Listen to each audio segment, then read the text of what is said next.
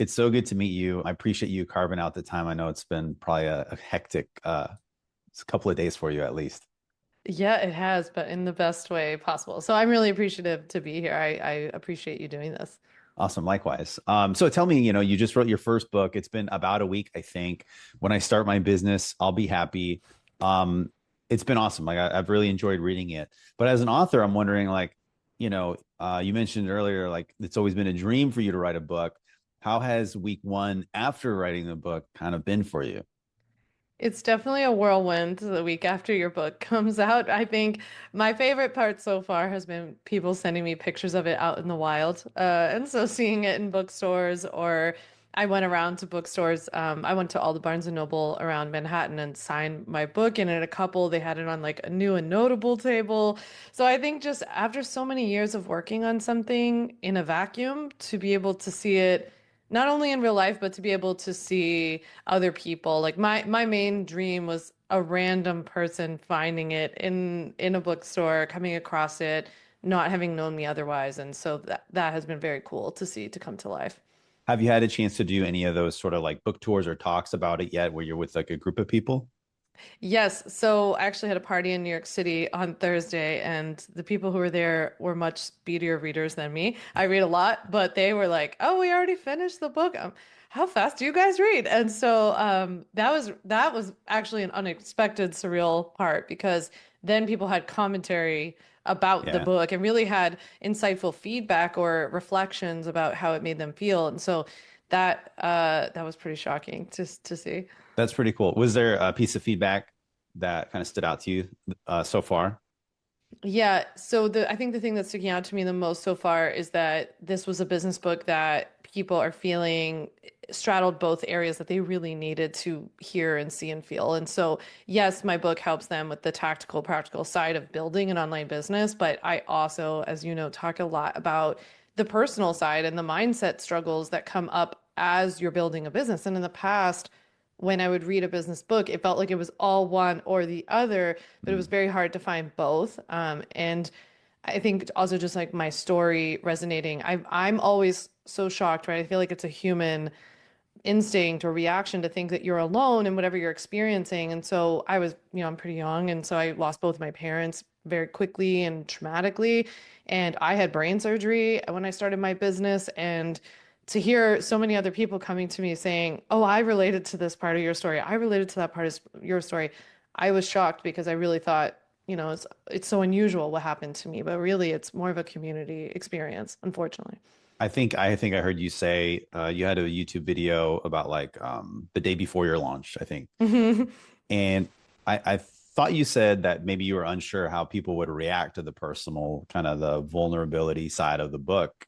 And so it's really great to hear that people are connecting with it because I think it's Mm. natural too, but I imagine it's a hard thing to talk about, but um, there's so much upside for people reading the book to actually connect with somebody. And I imagine, I was going to ask you about just reading the Audible. Was it, how was it like from the personal side of the book? How was it, having to sort of speak it into existence? Because I imagine writing it is one thing, but having to sort of say it out loud, talking about your parents and the things that you've been through. How was that experience? Yeah, that was particularly difficult for a few different reasons. So for one, you have a wall of people kind of staring at you, all these producers and audio engineers, and so you're behind this glass. It felt like I was in a little fishbowl by myself. So that's just intimidating. And then that's when it starts to kick in of like, oh, if I'm afraid of them hearing this, imagine how many hundreds or thousands of people are about to hear this. So there's that part. But I think another big part that's very specific to my story was that growing up, my mom, unfortunately was a really bad addict, and she also happened to be a physician. And so a big part of my childhood was keeping this a secret for her, like literally not speaking about it. And so now here I am, not only telling a person, but writing about it and then literally speaking it. So actually, this has been a very, I think, like personally transformative experience for me to literally speak my story into existence after having to obfuscate, hide, or otherwise like smother my story to make other people comfortable and safe. Yeah. I was going to ask you this later, but Hudson. is your Yes. Bernedoodle. How old Yeah. is he? He's 4. Wow. Okay. Do you feel like he's been sort of a blessing in disguise? Oh my goodness. My dog Hudson has been everything. I will be honest with you. Last night I had a very tough grief night. Like I think that sometimes even in the happy times, I actually experience grief more in the happy times. I think a lot of people expect it in like the sad times, like the date of death or something. I actually experience a lot more in the happy times because you wish these people were here. Last Mm, night I was just like hugging Hudson and crying and thinking I wish my parents were here to see all of this. And yeah, he has been everything to getting me out, to keeping things light and funny. I mean, he doesn't care, what's going on. And so that has been great. It's been very, very grounding. He also gets me to meet everybody because everybody loves Hudson. And so I get texts every day from people in my neighborhood saying, "What time is Hudson going on a walk today?" And like, "Can we that's walk with funny. you?" Yeah, so it's really built quite a community too. Yeah. When did you get Hudson? After both of your parents had passed, or No, actually, so my dad was sick. My dad had leukemia, but he was living with it for quite a while. I was taking care of him, and I did think, okay, I need something for myself. I need something positive to get me out again. And so I got Hudson. I was waiting for, purchased him, but then was waiting to get him. And it was on a Tuesday. My dad was having a little bit of difficulty breathing, and I took him to the hospital. We were at the hospital at University of Pennsylvania like every day, and it ended up being that his leukemia had spread. It had gone to the lymph nodes all around his chest and his abdomen. And the doctor had said, it had taken a turn and it was going to get much worse. And Hudson was arriving on Friday. And I was like, I better call and cancel. I need to find someone else or find someone else who will take him. I won't be able to do this. And I'm so glad that I went through with it. It was a really bad time, but I don't know if I would have been able to get through it without him, to be honest. did Hudson get to meet your dad, or no? He did, and he loved my dad. Hudson and my dad were best friends. And if I even say, we called him Pop Pop because that's what my sister's children called him. And so, if I even say his name, Hudson still will look for him. And I have my dad, I'm from Philly originally, and I have my dad's Eagles hat, like a really cool vintage Eagles Yeah. hat. And I'll put it sometimes when we watch Eagles games, I'll put it on the couch, and Hudson will lay with it. So he really, really Oh, loves he my can dad. smell. He can probably smell. Yeah. Oh, that's He amazing. definitely can. He's the best. Yeah. Well, congrats. We got is my dad had passed. It's been over 14 years at this point. My mom said, at the time she said it was very sudden. He had a heart attack, and she's like, "Get a dog. It'll help you." And I thought at the time, I thought that like, oh, so disrespectful. Like Mm. how can you say that? We actually showed my dad a picture of the type of dog we were going to get. It was a Cavalier King Charles Spaniel mixed with a Oh, poodle, Cavapoo. yeah. And so we got the dog about a month later, and it was in hindsight the best decision I think we ever made, because to your point, he forces you to get out, take walks, meet Yeah. people. I met a lot of grandmothers is what I met. I would take him to coffee shops, everywhere. So Mm. when you mentioned Hudson in your book, it just made me think of that. So that's really special. Yeah, I'm sorry about your dad. I think a Oh, lot thank of you. people, yeah, I think a lot of people think when people say those kinds of things, they think of it as like a replacement. But I saw it as like if I didn't have this, I just wouldn't get out. Like obviously it's not replacing my dad at all, but it was just yeah, it was just getting me out of my head a bit and literally getting me outside. Like I mean he forces me to walk in the cold, the rain, the snow, Yeah. everything. Yeah. Yeah, So it's that's funny. it's Like all good. you're right. Like they force you to take those walks and things like that. That normally I'm not a walker. I Yeah. like to go running and stuff, but those are the things you do because of your dog. So that's Yeah. awesome. One of the things I thought about was so you mentioned your mom was a physician. I was curious what did both of your parents do, and how did that maybe inspire you to pursue a career in law, or Yeah. how do you think about what your parents did and how that might have impacted your decisions? Yeah, so my mom had, I think, a very cool life, once through the arc of it. So my mom grew up very, very poor, actually, and put herself through school. And she became a professional figure skater. And so she was a Oh, professional figure skater all the way up until she had me. And she, I guess, started, I mean, she had, after she was, winding down her figure skating career, she then started teaching lessons. She was like teaching the Flyers, the Philadelphia Flyers kids to skate, so giving rink lessons after hours and stuff like this. So, she started a little side hustle That's of sorts, cool. I guess. Yeah. And so she was really cool. And when she met my dad and after she had me, she told my dad, I've always had this dream of becoming a doctor, but like women like me can't. She grew up very, very poor and just not thinking that was even possible for her. And my dad said, go do it. I'll support you. I'll take care of the kids. And that's what she did. So she didn't go to med school until she was 41.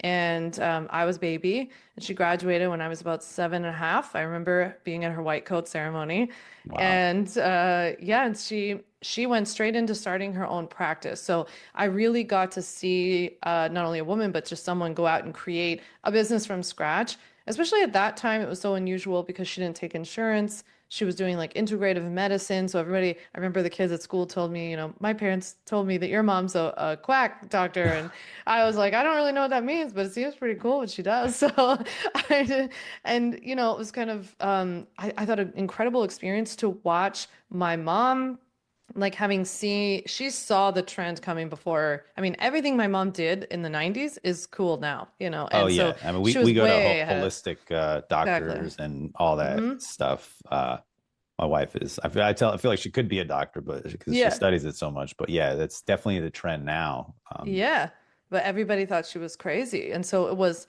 really, I think, helpful in retrospect to see someone going through that experience where everyone else didn't understand, but she was like, "You'll see, you'll get there."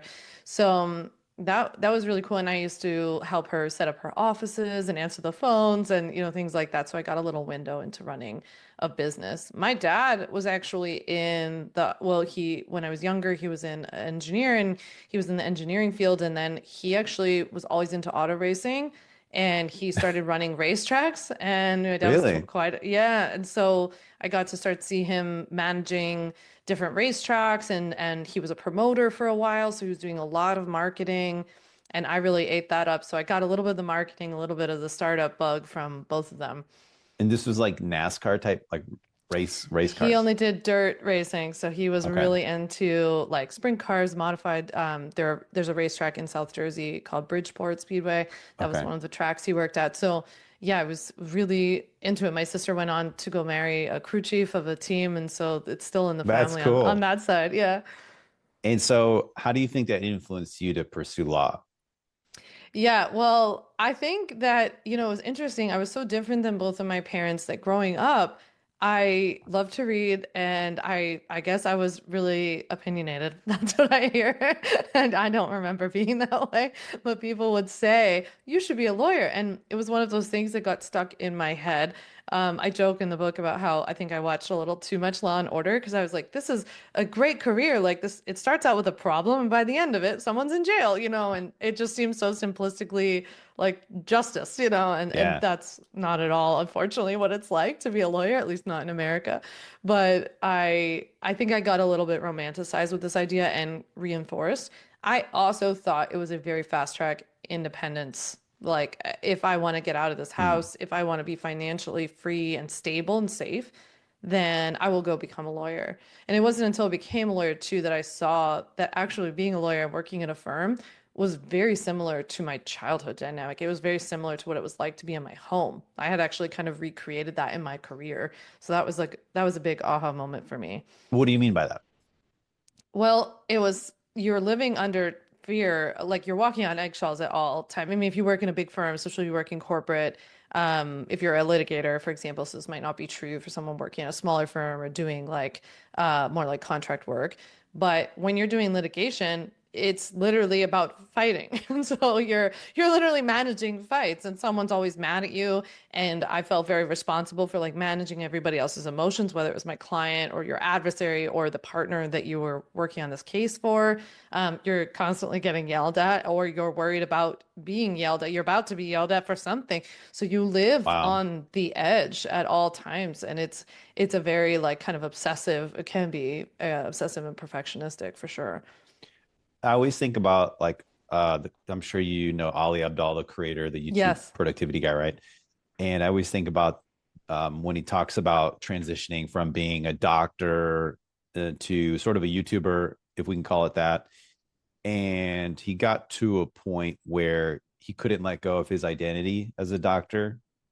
And so when I was reading your book, I was kind of wondering, like, do you feel from your like an identity standpoint, do you feel like an attorney, or do you feel like, because I mean you still give like the legal templates and legal advice, so it's like you can't fully let go, but how do you sort of wrestle with the identity of what you do now versus what you did before?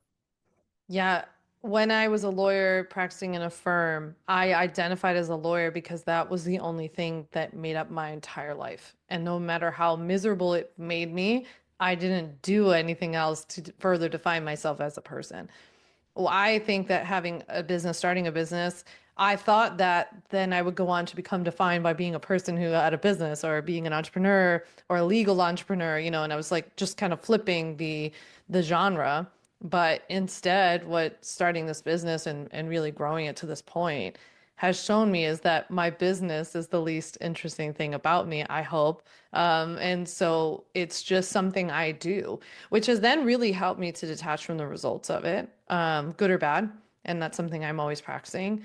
I have the quote in the book by Trevor Noah of like, if you live by the good numbers, then you have to die by the bad numbers. And so that really helped me to like further separate that identity and say, oh, if my identity is not my work, then what is it? But I actually sometimes feel like other people prescribe me the lawyer identity more than I want it, or like more than I even see it within myself.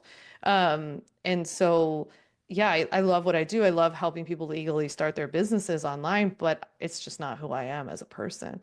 Yeah, I love that. I mean, the Yeah. title of your book, right? When I start my business, I'll be happy, is this sort of idea that we attach ourselves to the outcome. Or, I think you said, um when, like, you have this section you call the when then virus, which I love, right? When this happens, then I'll be happy. What have you sort of learned about that concept of, attaching our happiness to that outcome? Yeah, it's like if you keep attaching your happiness to external factors, you will never be happy. And whenever you achieve those external things, like whatever you think, it's like I hear from people every day, like, oh, if I made $1 million in my business, I would feel so relaxed. I'm like, no, you wouldn't, because not only is there a lot of stress that comes on along with that, as I know, I run a multi-million-dollar company. It's stressful. It didn't check off any sort of happiness box. It's to me, it's just like a carrot just keeps because once you get Mm, there, you're just like, oh, well, now that I have $1 million business, I am now surrounded by people who have $5 million businesses, so I don't feel good enough anymore. Or you think when I get a book deal, then I'll finally I'm worthy of being here. And then you start writing it and you start freaking out about what everyone's going to read and what they're going to think about what you say. So it doesn't end up satisfying it. And so yeah, in my experience or my opinion, this happiness that we're all searching for is not going to come from anything outside of us, whether it's a clothing haul or a certain salary or a vacation or like the way your Instagram looks or something like that. It doesn't come from any of that. I love that. In your acknowledgments, I love reading the acknowledgments as you do. You Me said, too.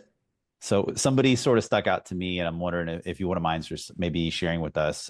You mentioned Jennifer Diaz as your mindset coach. Like, who is that? What have you learned from her that you think we could also learn from? Yes, Jennifer Diaz. I've been working with her for over 3 years. I think that, Jen and I talk about this all the time, that especially with this kind of business, with a solo entrepreneur business, to have grown this business to multiple seven figures by myself, it is lonely. And you don't have, I don't have an office of C-suite people I can go talk to. I don't even have colleagues down the hall that I could go complain to at lunch, right? It's like there's no one there. It's also, I feel like a unique position because we're wearing a lot of hats, right? I'm having to be like the visionary, but I've also had to learn how to be a leader and a team manager and obviously the marketer person. That's the biggest thing I do. And that's a lot to navigate on my own. And so for having, somebody like Jennifer there all the time, to talk through these things. Also, she can aggregate data because she's worked with so many different people in different kinds of companies, and she's seen these patterns before, right? She has enough to draw upon to say, like, this is something that happens. This is normal, right? This comes up. And I think just having that sounding board, but particularly to work with someone who, I mean, she's just so incredible, and I highly recommend everyone goes and follows her and especially gets her emails every week. They're fantastic. But I think to also have somebody who's able to navigate grief with me on top of Mm, this. I mean, it's not that dissimilar from the book, honestly, because it's like if you think that in building a business that none of your personal stuff's ever going to come up, or like that, if as a child you were made to feel that it was not safe for you to be seen and you were supposed to be the background character all the time, that's going to come up as you build your business. So this was the same for me as I've been going along. So to have someone like her, it's just been invaluable. what's the best piece of advice she's given you? Oh, the best piece of advice she's given me is that I'm responsible to people, but not for them. That has been the best. That is something I come back all the time to because I'm someone who takes on everybody else's stuff, right? And I want to like Mm, fix it and make them happy, or if they're uncomfortable, I feel like it's my fault, and so therefore there's something I can do. And I think she's really helped me to learn that I'm responsible like to people. So I have to do a good job, show up, like be kind, not be rude, which I try to do. And I try to be a good leader and all that kind of stuff. But like for example, if I set a boundary with somebody on my team or a boundary with a customer, it's not really my problem how they react to that. Like if they have a temper tantrum because they're upset that I wouldn't give them a refund or something like this, like that, I'm responsible to them. I've done what I've said, but I'm not responsible for how they react. yeah, and you can't go to bed at night with that on your shoulders. It It would be sounds like it's crushing. good. Yeah, really good Yeah. advice. Yeah. What was so like you started this healthcare coaching business, and I love that, you mentioned like you learn more from the failures than you do the wins. Um, I guess like two questions. I'm wondering what was sort of the most important lesson or two from that setback of that business. But I'm also wondering what was the inflection point of like I've got this idea for legal templates and to pivot the business.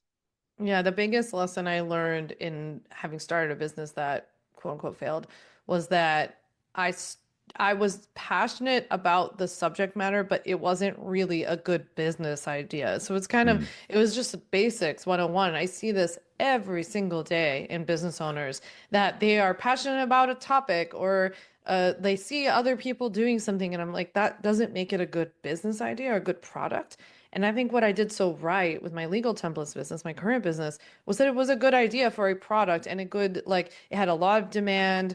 There was not that much supply. I knew how to differentiate it. And so I really went mm. about it in a more, I think like the appropriate way to start a business versus just being like, I love to cook, so I'm just gonna like start a cooking business. And that just wasn't that great. It wasn't really that big of a hole to fill.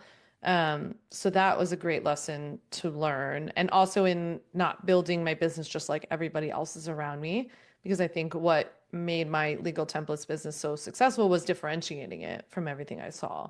There weren't many at the time, but the ones that were, I tried to stand out and just be different, not better, but just different. So Yeah, there was I'd that. love to Yeah. hear that. Like different in what way? So I saw it in two ways. Like there was kind of a tactical way and then more of a vibe, I would say. So the tactical way was that the legal templates that were being offered at the time, first of all, there weren't a lot of templates that were available maybe for the way that people were starting to work with people online. So we were kind of in 2016, 2017, we were experiencing the second big wave, I think, of people starting those kinds of online businesses, or maybe even like the end of the peak of the first wave. And so there were a lot of things missing just in being what was being offered. Also, there weren't video tutorials, for example, at the time. So, like when Mm. people would buy my contract templates, one of the things I used to stand out was that they all got a downloadable video tutorial. So it was actually a screen share video of me walking them through that contract, like as Oh, if you were sitting with a lawyer reading it to them. And I was explaining to them, like, this is what an indemnification clause is.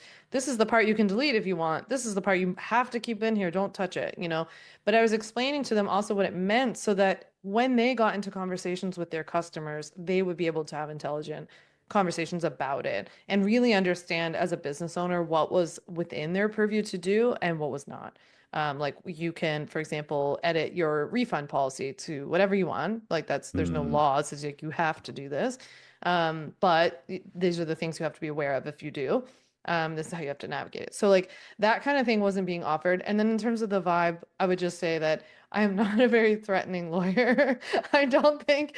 And so I don't lead with fear. And some of what I saw around me was very fear driven. And the consistent feedback that I was hearing was I really wish I could find somebody who didn't lead with fear and interesting. and or the fluff and like condescending fluff. Yeah. Maybe an ignorant question here, but like would most people go to LegalZoom or something like that? Like some massive website with like no help? Yeah, some people would, except that the roadblock that they ran into was that running an online business in particular, where you're either shipping goods across state lines or you're providing services to people who don't live in your state or even maybe in this country, brought up a lot of questions that they got a lot of blank stares about when they Hmm. would inquire elsewhere, whether it was in-person lawyers or online lawyers or whatever kind of service they sought out. People really didn't understand. So that's where that failure of that first business was fantastic for me to come in and say, okay, I understand what you're doing. I understand how you're working with people. I get what Zoom is because it was like before Zoom was cool. And so I get what you're doing here with, having client sessions or selling e-commerce stuff on your site or whatever. And I understand the particular issues that you're running into, as well as with content as well, because when they are, for example, when they are posting on Instagram or they start a YouTube channel or they want to have a podcast, lawyers were looking at them like, what's a podcast? And like they didn't understand, especially at that time.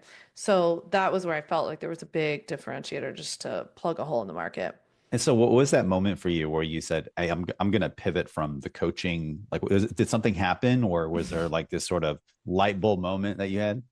Yeah, so I went to a wellness festival as a health coach thinking, okay, I'm here to network and build my health coaching business. It was called WellFest, or GoodFest, sorry, in Philadelphia. And it was huge. There were like hundreds of attendees. And I was a little nothing at the time. I had no following online, hardly anything. I sat in the audience just like everyone else, just listening to all these incredible speakers. And when the day wrapped, I had a little line of people waiting to talk to me in the audience to ask me legal questions about their wellness businesses. And I was like, because one person had told somebody else, hey, that girl used to be a lawyer, and now she has a health coach. You should ask her. So it started with one person saying, do I really need an LLC? And how do I pay myself? And what do I need to know about business bank accounts? And all this. And the line just grew. And I was like, why is everyone asking me these things? And I used it as an opportunity just to be really curious about, to your point, it was like, well, where are you going right now for this information? What kind of problems have you had with that? And what didn't you like about it? What are you really looking for? And what if somebody offered something like this? Would that be the kind of thing that spoke to you? And so I didn't really know it then, but that was the I think ignition for this idea. That's awesome. What a great observation to Mm. recognize. Um, One of the things I think that is like when I think about your book, I think like the first 130 pages is sort of like the approach, the mindset, and things like Mhm. that. And like the other half of it is the like sort of tactical advice. One of the things that stood out is like really doing your research. It sounds like I think it's important, so I don't want to skip it, but it sounds like you after that moment, like you did your research, you looked at what was out there. Do you feel like that's one of the things when people come up to you and say, I have this idea, so and so? Um, is it the research part that they're lazy about, or what do you Yeah. think? I think it's that people have been either sold this idea through marketing on social media or they just have come up with this idea themselves that that like their passion has to become their business. And if you get lucky and those two things intersect, that's fantastic. Like if you were really passionate about legal templates and then you came up with a legal templates business, that was great. I mean, fantastic. That is pretty rare, right? And so I think we often let that confuse us. So I hope through the book that I encourage readers to instead lead with like what is a really good business idea? What's a good product idea versus just like I love this, therefore I'm going to squeeze it into this Mhm. business, right? And I think that goes back to the point of the book of like the business doesn't have to provide you with the all the happiness in your life. So that's why those two things don't have to be the same thing. I, for example, have a legal templates business that does very, very well that allowed me to go on a walk on the beach this morning and get coffee and take Hudson, my dog, for a walk. And like that's the kind of life business balance that I want. It's the business itself doesn't have to bring me that. So I think that's the mistake that a lot of people get that a little bit mixed up and then allow that to cloud their judgment about how great their business idea is. It sounds like a lot of like maybe the opposite of what we're used to hearing, through Yeah. online marketing gurus and things like that. Yeah, because it sounds really sexy, right? To be like, well, you love this thing, so just go out and Yeah. monetize it, And it's not that easy. Maybe it was a little bit easier 10 years ago, maybe, because the market wasn't quite as crowded. Nowadays, if you just like love health, you love fitness, that's not enough. Like just to love fitness or just to be a great fitness coach, I don't think is enough to rise to the top anymore. It's a very crowded market space. Do I believe that there's room for everyone? Absolutely. But you have to differentiate yourself. You have to have something about the way you're offering this thing, the methodology of the way you're offering this thing that is unique and that will stand out, or you have to be incredible at content production. I was thinking about when you're talking about like start with why. I love Simon Mhm. Sinek. I'm like Yeah, most same. people do, right? Yeah. But it's almost like misleading advice Yeah. sometimes, right? Like how do you talk about Simon when you're talking in front of people? Yeah, I think it's just that the arrow is pointed in the wrong direction. So a lot of people, when they use the start with why framework, which I think is a great thing, they'll make it about themselves. Like, so it's like, I want to do this so that I have more time with my kids. And it's like, I hope that that is the outcome, but that can't be Mm, like, maybe that's like a motivation. Maybe that's the better way to put it is like, that's your motivating, it's your driving factor for why you're going to figure something else out, right? Why you're going to figure this business out. But that is not a great business idea. Why? So that's what sometimes people will conflate those two things, in my opinion. okay, interesting. What's the most common question you get from creators, entrepreneurs? How do I produce so much content? That's Ooh, probably, yeah, interesting. people ask me how I produce so much content and how I have stayed so focused selling two things. I would say that's pretty consistently the top two questions for me. That was one of my questions is what are your keys to consistent content, do you Yeah, feel? I think it's that having fun with what you do. I think this is where the happiness part is really important. It's like, I love what I get to do. I don't think I have to love the exact topic of what I talk about. I have a podcast called On Your Terms. I love podcasting. I have a YouTube channel. Obviously, now I wrote a book. I love writing. I have a weekly email called Sam Sidebar that I love writing to 47,000 other entrepreneurs, so it's like these kinds of things are those are the things that make me excited in my job.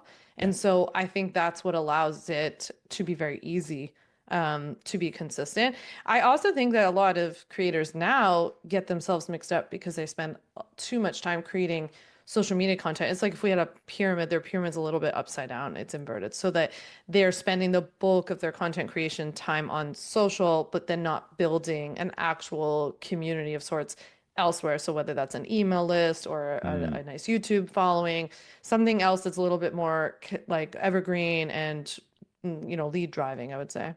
Is funny, like, when a publisher sends a book, they often send you like questions you should ask, right? So I usually never look at it. But there was a good question in here. And you mentioned your email list. So the question is, how have you grown an email list of 46,000 subscribers, even with your subject matter not being the most exciting? I just Yeah. thought that was the funniest, Yeah. list of questions that I've seen. Yeah. But I mean, so, it is, I was just talking to a CEO. He used to be the CEO of WD-40, Gary Ridge, Mhm. and the whole saying is like, you created this amazing culture, and you're selling this, blue bottle with a red top, right? Could have, Everybody needs it. yeah, right. Yeah. So Simon Sinek would say, if this guy can change culture, it could with the product that's not sexy, it really can be done, right? Mhm. And obviously, like people need these templates. There's a huge need for it, but it might not be super sexy in terms of a topic. So what has been sort of your magic in terms of growing that list and keeping it engaged over time? Yeah, so I've used a little bit of what we call the broccoli and the mac and cheese strategy. So I consider myself to be the broccoli, like Yeah. you need it, everybody needs a lawyer, you need a contract, but you're like, yeah, yeah, I know. I need my fiber, I need my greens, got it. But everybody just really wants mac and cheese. Like who doesn't? So I tend to lead with the mac and cheese, or at least I hook them with the mac and cheese once I give them the legal template. So yes, I talk about legal stuff to my email list, which is now 47,000. I'm happy Nice. to announce. Yeah, thanks. But Change all the I copy yeah, tomorrow. exactly. Yeah. I know. I wish with the book, I wish I'm like, is there a delete button in here? I wish, but I'll hang on to every one of those. I'm very proud, but that's my bread and butter. But yeah, I definitely, I hook them with legal stuff, whether people join my list because they watch, like I have a free legal training that they can get and a bunch of free legal resources they can get. So they come in, and then my thought is like when people would come onto someone like my email list, they'd probably be like, "Oh, yeah, I got what I need. I'm gonna see myself out now." And so then I see it as my job to be like, "Oh, wait, actually, I have some other things to tell you." So I hook them with talking about things like email lists. I talk about funnels, which not a lot of women do in my space. So, and I only have one, and it's worked really, really well. It produces over $1.5 million a year in revenue just by itself. So it's something that I think is important to talk about, like these what I call shoulder issues. Like I think about who's coming to me, and yes, they need a contract, or maybe they don't understand what an LLC is and whether they need one right now, but they're also thinking, how do I get more clients? How do I build an email list?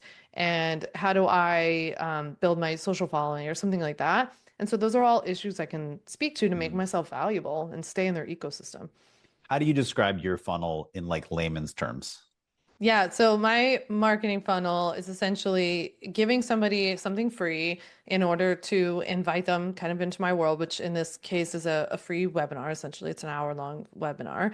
And so this person signs up for that. They get to watch this free class about how to legally start an online business. And after the webinar is completed, or if they didn't show up to it, I will nudge them to watch it. They will get a series of emails from me inviting them to get my main product called the Ultimate Bundle. So the Ultimate Bundle is just one of the two products that I sell that has generated over $8 million in revenue. And so these series of emails will go out to them using urgency, as I talk about in the book, is really important. So it gives them kind of a deadline to make a decision.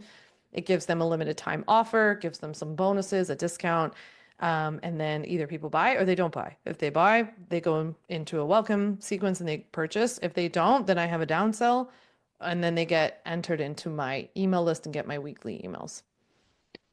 You mentioned it's like a multi-million dollar business. And I mean, it sounds like you didn't grow up rich, if that's No. fair to say, right? And so the question is like, when you achieve financial independence, Mm. what did you learn about yourself or like that other people should know that maybe, money is important to a lot of people and that's not a bad thing, right? But like, what do you think we can learn about that experience? Yeah, I think that everybody will have their unique journey with their money story, right? I have friends who kind of can't get out of their own way with it because of what's happened to them as children, around money. I've had other people who spend willy-nilly and then get freaked out. So it's like everyone will have their own experience. I know in the beginning of my business, I had more of the feast and famine fears, like because my mom owned her own medical practice. One month she would be doing amazing, and then the next month she would tell me everything was terrible. And so I got into Mm. this mindset I saw in the beginning of my business, where I got this mindset of like, just because I did well this month doesn't mean I'll do well next month, which is where it was helpful to learn how to build out more sustainable funnel strategies in my business so that I know now what my revenue will be for the next year at least.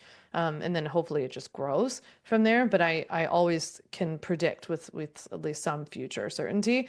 So it was helpful to work on that. I actually also saw though that I have my mindset coach, Jennifer Diaz, and I talk about this. Like I have a very curious, I think an open mindset. I have a growth mindset when it comes to money. I am not afraid to spend. I'm not afraid to invest. I talk in the book about how I took a little bit of a war chest strategy and I built up a lot of capital. And once I really did feel safe and I saw an opportunity, especially at the beginning of COVID when ads were cheap, for example, ads were performing really, really well because everyone was online and clicking on things. Mm, And so I went for it. I went for ads. I kept increasing my ad spend on platforms like Meta, and I had huge, huge returns. And I invested that back into the business and it grew and grew. So I'm also not afraid. I'm proud, I guess, of that part. yeah. What did you learn about money and happiness? Oh, that it doesn't provide any happiness. I mean, it certainly makes your life easier. I always think this is like such a nuanced conversation because I'm like, well, I can pay for someone to do my yard, which just makes me happy because I don't have to do it. So that makes me happy. But, did it solve all of my life's problems? Of course not, And so I would say from a convenience perspective, that's the biggest thing. As a small business owner, I think that the truth to the happiness is that I kind of, I don't know, conserve the money too over time so that I would rather have long-term comfort than like immediate material goods. Yeah. So that didn't really mean so much to me. It also meant a lot more to me to be able to put my money where my mouth was when it came to my values. So being able to buy an electric car, so I wasn't using gas, being able to give a lot of money back to charity. I've held a number of fundraisers in my business to support the Leukemia and Lymphoma Society. My dad had leukemia. Uh, So I've actually done like webinars where I've charged $12. That's my lucky number.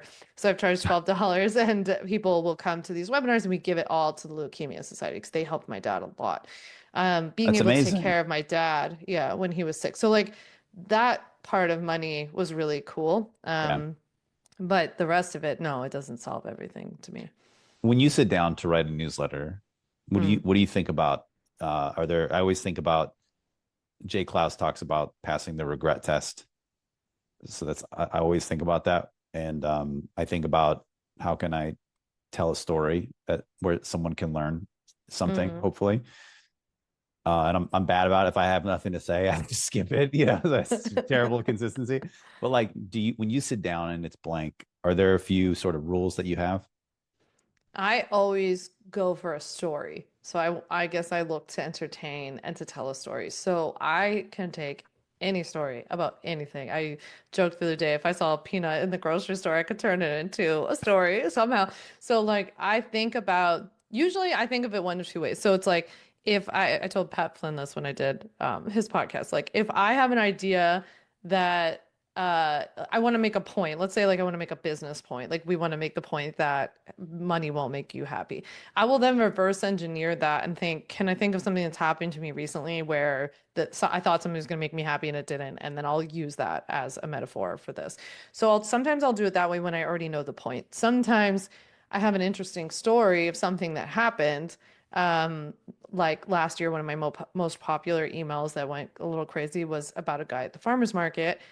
It was a great story. And then I was like, I'm going to draw out the lesson in this and teach everybody from it. So I'm always thinking about how it's going to be valuable to the reader, but I definitely think very story forward. Story driven. Okay. Are there one or two ways? I know you mentioned a lot of ways in the book, but like where you think about what grew your newsletter, were there one or two levers that really worked for you? Definitely ads. I mean, that's hard to ignore. Is that that worked very well. Although I always feel like sometimes people will dismiss you about that, and I want everyone to remember that it's then very difficult to keep people. So it's like you might be able to hook Mm, people with an ad, but they won't stay on your list if it's not very good. So I would say that's one.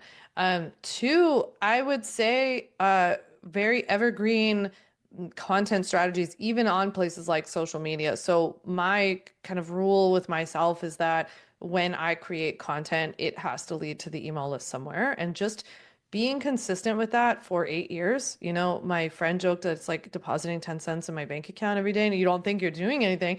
But then you're like, oh, actually, I looked back and I saved a whole bunch. So I feel like it's like that. My bonus third answer also is that I think in writing good emails or trying to do that most of the time, people not only stay, but then they tell other people about it. So that has yeah. been very helpful. And I'm with Kit. My email list is hosted on Kit, and they have a creator like referral network so people can show who they referred to. And I get a lot of traffic from referrals. So I think that just goes to show that if you try, my mom always used to say, if you do a good job, I think that the success will follow. Yeah. Yeah.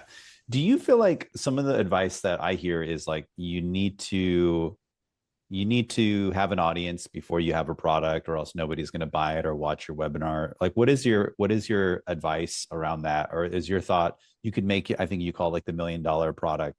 Mhm. Um, like, is it the chicken and egg thing, or how would you advise somebody? Yeah, it's a little bit of doing both at the same time, but I mean, I had a very tiny audience when I started selling quite a bit of my product, but I would also say that I built a successful product because I listened to my audience, and it wasn't necessarily because there was a ton of them. It's just that the ones that Mm, were there, I spoke to and I listened and I integrated their feedback and I beta tested and did everything I suggested in the book. But I do think there's something to building, documenting what you're doing. I think Gary Vee is the one who's known for this. Of it, he was saying you can't teach, document. And so I think documenting along the way. So when I was starting this business, I documented on social media, like, look, I'm going to close down this other business and I'm starting this new one. And I remember sharing on social media about spending long weekends creating legal templates and building my own website and learning HTML and like all of these things I was teaching myself, I wasn't teaching it to other people. I was just showing them what I was doing. So I think I didn't like the really know it at Austin the Kleon time. sort of approach. Yeah, show your work. Yeah, Yeah. I was just showing it at the time. And so I think in the end, you looking back on it now, it's easy to see like, oh, those two things were actually happening at once. I was kind of building this audience, and because of that, I was able to build a product at the same time. But yeah, I mean, you don't need to sell a whole lot. I mean, especially depending on your price point, you don't need to sell a whole lot. I didn't. So it was like I didn't need 1 million people yet in order to have a Yeah. product. Yeah. I think that's great advice, because I feel like Yeah. I hear the opposite quite often. Mm, What's the best piece of career advice you ever got? mm. I think it's that to really take pride in what you do and to do a good job, as my mom said. I believe in that. I think that that has, in all the marketing strategies that you can think of and all the hacks and strategies and all these different things, it's like if you create a good product that actually solves people's problem or brings them some benefit or brings them some joy or whatever, they will tell other people about it or they will be happy and they will use it, which will then lead to them either repurchasing or telling other people about it. So I think if I don't know, I feel like if we could draw back so much of what we're talking about to one thing, it would be like just do a good job, right? Good newsletters, create good content, create a good product that helps people. You will end up attracting so many more people and sales than I think any hack could. It's like it reminds me of like the quote, do anything how you do everything sort of thing. Like Yeah. really take pride in what you do. I like that. What's bad career advice that you hear out there that you think people should ignore?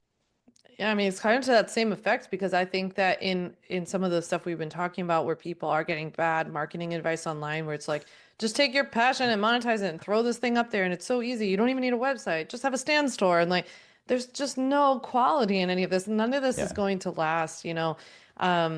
I do believe the cream rises to the top and so I don't think it's like all these shortcuts that you're told or the fast easy. I'm just not a like get rich quick person at all. I've never have been. So it just doesn't, I don't think it lasts, even if you're able to make a little something. If you're looking for longevity, I would say slow down, do it right. I would ignore some of the things if they don't, when you see them, you're like, that doesn't smell right.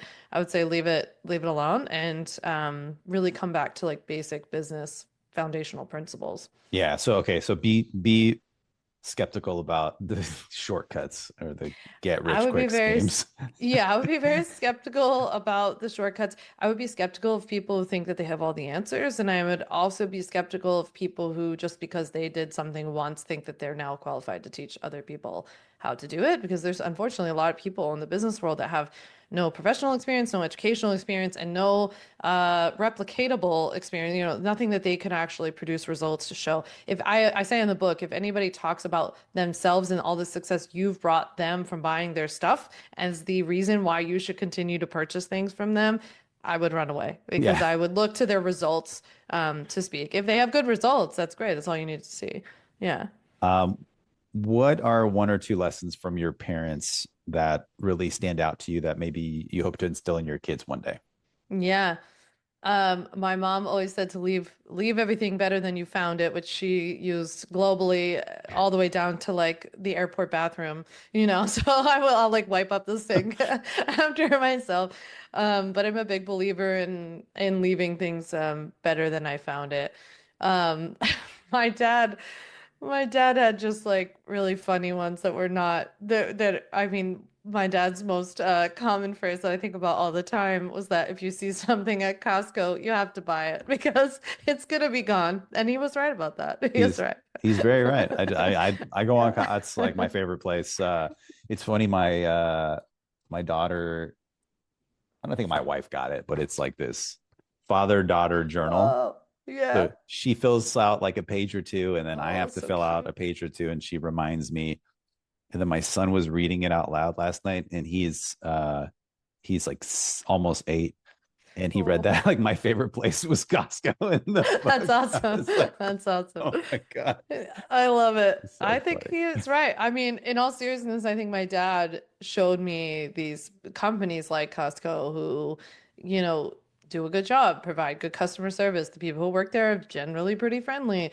Like they have great return policy. And I think globally, my dad just showed me that when a company treats customers well, treats customers right with respect, that they will receive that in return. And Costco has a loyalty that is Yeah, unmatched maybe by no one other than Trader Joe's.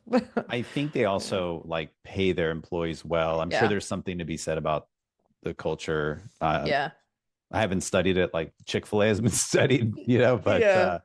that's interesting. Do you ever talk to people about just like the sort of the sacrifices for about success, or like the sacrifices of achieving something? I think a lot of people think like they've got to miss their kids baseball game, you're going to miss Mhm. certain things with your family. How do you think about sacrifice when it comes to success? I think about, and on the one hand that I hear from people a lot, like, I want to have a business like yours. It just seems so easy. Or like, I love that you don't have to work that much. And I'm like, I don't have to work that much now. Right. But I did for a long time. So I do think there's a little bit of disservice in Is my that what they industry in tell you? They particular. think you're just like sitting around? They think that it's easy because I will show how I get to go live my life, but I'm also very uh careful to show how I work quite a bit. But I've also very intentionally set up a business that's digital. I created a product 8 years ago that's still relatively the same. I update it, but that's it. So that was also very intentional. I also, though, I'm quick to remind people like by now I have been offered so many different opportunities to collaborate or go into business with other people or add other products, or people have asked me to be their business coach and all the, would I make more money doing that? Sure, I guess maybe. Do I want to? No, because I've reached this point where I'm like, I don't want to do that. That doesn't sound interesting to me. And it's not worth it. So I think that's where people might not realize there's a lot of agency in you getting to decide what kind of business you want to build, how big exactly. Big for big's sake is not, I don't think, always the goal. I know we live in America and I know that it's always like, oh, grow, grow, grow, more money, but I don't know that that has to be true for everyone. And I think that's fine. I think that's a question you have to face yourself. And when you have other things, if you want to be at the soccer games, if you want to travel, if you want to do the other things, I think it's deciding about what you are willing to give up and what you're not, and how far you're willing to take your business. Um, but I also think there's a disservice in telling people like there's not a hustle period. There's definitely a hustle yeah. period for sure. Yeah. And there's still hustle periods. Tell me about the Invisible Life of Addie LaRue. I love that book. I love that book. Yeah, that was a fascinating book. Did you read it? No, but I saw that you recommended it, and then I went to Amazon to look it Mm-hmm. up and just like look at some of the reviews. So it looks really fascinating. It is really fascinating. I think this concept of somebody getting to live in a time period that's not their own, and really getting to look back at, kind of she hopscotches, through time. And so I Does she make think like a bet or something like she gets to live forever? But yeah, she wants to live forever, and in exchange, her life is, I mean, she can't hang on to anything. No one sees her, right? So no one, the universe doesn't essentially recognize her and see her. And so it's she's invisible. And so oh, for her longevity, she gets invisibility in exchange. And that she never specified that that's exactly what she wanted. So the witch or whatever it is that gives her this curse for life, gives her the ability to go on and live forever and live throughout time and see all these, different time periods throughout the world. Um, but she's not seen, and she would rather just be seen and live a normal life, in the end. Wow. Okay. Hmm. That's interesting. It was really It good. makes me think of like, you know, some people want fame. Yeah. They don't really understand what comes with it. I actually think of the book The Midnight Library a lot. Did you read that by Matt Haig? No. Oh, that was Good. great. And so that's I where you feel like get I've to heard of live. that book. Definitely, It I've heard is of it. fantastic. It's a lot of Okay. people's favorite book, I think, but I love fiction. So, but it's, yeah, where you get to live out all these alternative scenarios. You're like, oh, if I had stayed with that person I dated in high school, like my life would have obviously ended up great. Or if I had taken that one job instead of this job, like it would have been so much better. And we make all of these assumptions about these turns that we could have taken and how things would have turned out. And the book goes on to show this person exactly what would have happened with each scenario and things that you don't consider. And I guess that's what I think of a lot when people talk to me about my business. And I'm like, oh, I would love to do that. And I would love to be like this with what you do. And I'm thinking, there are a lot of things that come with this territory that you don't think about, right? I get anti-Semitic comments, for example, a lot that people don't see because we delete them and bury them, and so like I have to deal with that. I Some guy called me an idiot today on YouTube for having a reel where I'm chasing my book through the streets of New York, which I thought was very funny, and so I get called all kinds of things. I get bad comments about how I look, all kind. Okay, so it's just things that you don't think like those. That's the flip side of what comes. You think you want a huge audience. Well, I hope you're willing to deal with people have Yeah. thoughts, as I Interesting. say. I love the book recommendation. I'm definitely going to check that out. Oh, it's so good. You have to Um, tell me. is Yeah. there another book or two that you recommend everyone else read? Fiction or Mm. nonfiction? Yeah, I'm trying to think of what I've read lately. Well, I love the book Horse, by Geraldine Brooks. That's one of my favorite books as well. And I just feel like it's a sleeper hit and everybody should read it. Um, so that's a fiction book that I've read. Trying to think of a nonfiction. There's something that's really impactful. Hmm.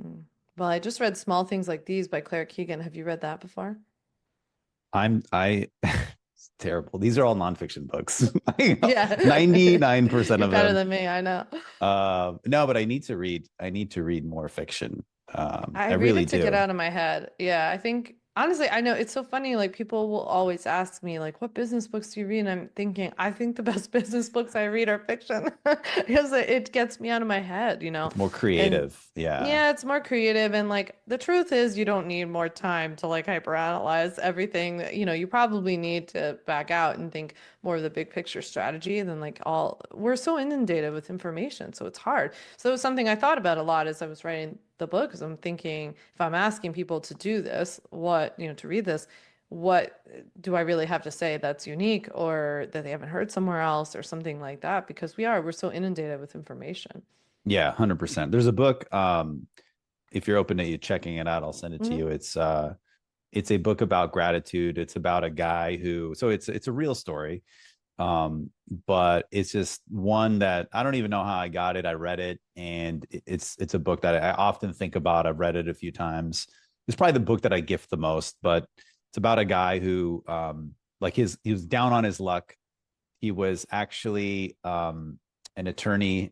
Ironically, this is Yeah. not planned, but he was an attorney in Los Angeles on his like second divorce, living in an Mm. apartment with like no air conditioning, and his kids would be there, and um he he couldn't find anything in his life to be thankful for, and he goes on this hike because it's New Year's Day in Pasadena, and Mm. there's the parade, and he hears this voice somehow while he's hiking that says, until you learn to be grateful for the things that you have, you won't get the things in your life maybe that you want. And it's just like a really wonderful story That about sounds really how good. he learned to notice the little things in his life, from the barista who remembered his name Hmm. to his son who finally paid him back. That's nice. But yeah, he's I think now he's like a Supreme Court judge or something. I forgot what Oh, his that's but so yeah, cool. he's found his way. But that's a good one if you're ever I open want to to checking it read out. that. Yeah, Yeah. it's what I always refer to as glimmers. I feel like actually glimmers, like paying attention to glimmers is what pulled me out of pretty deep depression after both my parents died, especially after my mom was killed. Uh, She was that, killed. yeah, Oh, yeah. I didn't want to like I didn't know. I mean, I was definitely thinking about it, but when I was reading your book, did you mention she passed? Did you mention she was killed in the book or no? I don't know how I said it, especially because there's litigation related to her Got it. death. Because I And remember the so, passing part, and then I thought to myself, okay, it's a very personal mhm. thing, but I'm sorry to hear that. I didn't know. Thank you. I knew I had things to be grateful for. I can make a list of like, I have a house and I have a place to sleep and I have a dog and a husband who's lovely. But like, it felt empty. And someone told me about this concept of glimmers. And that really started. And it was like the dumbest thing. Like, starting in the beginning, I'd be like, there's a yellow flower. And then like, okay, the barista was nice to me today. And like, So someone it's held the about door for noticing. me. Glimmers is about noticing Glimmers things. are like these little things because people sometimes feel overwhelmed about the big things. And they're like, they feel like, because when they're going through something like that, where you're like, they've experienced such big epic loss, all they can see is like this horrible thing happened to me or happened to someone I love or whatever. And it was too onerous to think of like all the big, big stuff. And so I think Yeah. starting with those, and then it was almost like little fissures. Like the more I started doing those, they kind of built up and I started seeing more and more of them around me. And then it did start to open up into like bigger, bigger things I was grateful for. Is that a book that you read, or is that the idea of glimmers? Glimmers? No, I think that this is something actually my therapist recommended. And Gina Moffa wrote the book Moving On Doesn't Mean Letting Go. And she's also with my publisher. And I don't know if she talks about it in the book or if this is something she's posted about on social media because I follow her on Instagram. But she's great and her book is great. And she It's a talked book about about this. grief. Yeah, it's a book about called Interesting. Moving On Doesn't Mean Letting Go. And her book is unique too because she talks about grief like more globally because people only think of it in terms of death loss, but she talks about it could be loss of job, like loss of a friend, Oh, like you break up a friend relationship, loss of a romantic relationship, a pet. But she also talks about death. But I think it's helpful to people like that she sees grief more globally. the thing about you're mentioning like how that kind of changed you. The book after I read, it's called The Simple Act of Gratitude. So after I read Oh, it, okay. I the thing that it taught me is how to write a thank you note. And he Oh, has really good examples. I mean, like to also like kind of rules about it, like 4 or 5 sentences, use the word thank you in the note, not just like as the card says the thank you. header, yeah. Yeah. And so I started, I opened up like a Google Doc and I started writing like, okay, like who can I thank like right now that is overdue? And I started making this list and it went from, 3 people to 30 people. And I'd have like their name, the message that I wrote, I'd have their address because I have to like mail it somewhere.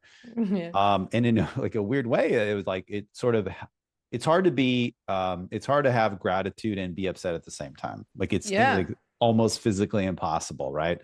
And so it's just one of those things where maybe it's a little selfish, like I feel good after I do it, but I would write a few of them and then I would like put it in the mail. It's just something that like I would have never done if I didn't, you know kind of if I wasn't impacted by that story. Yeah, for sure. And I'm sure the people receiving it really appreciate it. I've just recently, like a month ago, started doing this thing where when I have a thought about somebody that I'm like, oh, I just love what that person did the other day, or I think it's so cool that this person's doing this thing, I contact them immediately. And I started doing that, like even if it's just a text or if it's a note or whatever. But I started doing that right away. And like a friend's podcast I saw the other day, like she was so good. And I just reached out to her right away to be like, this is so good. And she was like in tears getting back to me because she's like, no one ever says anything. I think we all like assume that everybody knows or they know how much you mean to them. And so I think it's really helpful. I did think about with grief and being like depressed specifically related to grief that it was helpful to get out of my own head to start giving back. And that was actually Mm. something that was like that nobody ever suggested to me, but like grief can also be kind of like self involved, like it was just thinking about how I felt all the time and like my loss. And so like going and giving back and volunteering was really helpful. And then doing the like glimmer thing of telling other people how you appreciate them or seeing something that you liked or whatever. I think both of those were really helpful. Yeah. It's funny you talk about splashing cold water on your Yeah, face, my dad always says it. right? Yeah. uh I lost my that dog I was telling you about. He passed Yeah. about a year ago, Oh this no. February, and it was different than my dad. It was, Mhm. I don't want to say worse. It was but yeah, that like if you ask me which day was worse, I'd have to side with my dog. But he was like an Yeah. extension of me. And I think I was so attached to him, especially I think when I didn't really think about it at the time. And then somebody said something to me like, "Oh my God, I didn't know you got him like right after your dad passed on." I was like, Yeah, "Yeah, very like, aggravated. yeah." And so I had a cold plunge and I started Hmm. like reusing it. And it was running. Like if I'm ever in a funk, it's like the endorphins or whatever it is. It's like running, but also the cold water had really helped. And and obviously there's some science behind that. But when I was laughing when I was Yeah. reading about the cold water on the face, Mhm. because my therapist had also said like that's actually a common thing in terms of helping with grief is splashing Yeah. cold water. So your dad was right. Just say He was onto your something. dad He was was like, ahead of his time. oh my God. He was just Yeah. funny. He like couldn't deal with emotions. And so like I was always crying about something. And so he'd just be like, stop crying, splash water on your face. I'm like, that doesn't solve everything. Like it doesn't just make it go away. He was Go such take a like an old dip. school Philly guy. That's Yeah. right. Go take a dip. It That's was so funny. funny. He cracked me up. Let's say you're talking to somebody who's maybe 5 years out of college, they're early in their career, they want to make a big difference in this world. Knowing what you know now, what are two or three pieces of general life/career advice you would give them? I would say to talk to people who do something like what you want to do, gather as much information as possible. I would lead with a curiosity mindset, so don't go into Hmm. things knowing already what you want out of it. Go into it really being open because maybe there's a possibility of something that you can't think of right now.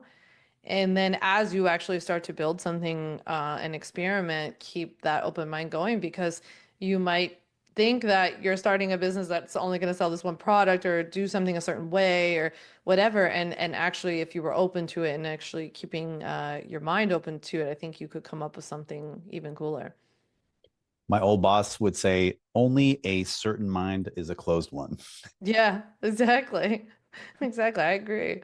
I know. Yeah. I didn't think of my main product when I started my business. I only started it because I listened to the feedback. So if I had been like, no, this is the way you have to do it, and this is kind of the way it has to be set up, I would have missed a big opportunity. It goes back to the health seminar or whatever that Yeah. that Yeah. was. Yeah. Yeah, because I was annoyed. I was like, why are these people asking me this thing? I'm trying to build this health business. Like I could have said, if you want my services, here's my coaching package and been completely closed off to it. Instead, I got curious, like, why are you asking me? Because surely there has to be somebody who's doing this. And like, have you tried? Is it that you can't find them? You don't like them? You don't like their product? So what's happening? And yeah, staying open to that was what ultimately led to this. Love it. All right, Sam. I'll Yeah.